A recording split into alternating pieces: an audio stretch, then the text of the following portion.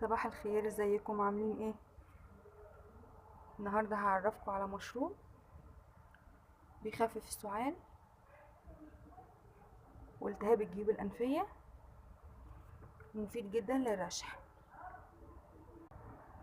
هنجيب عود من الزعتر الاخضر،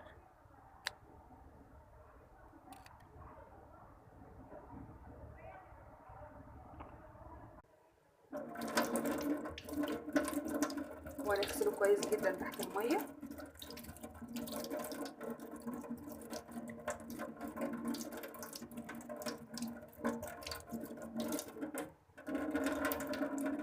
بالشكل ده كده.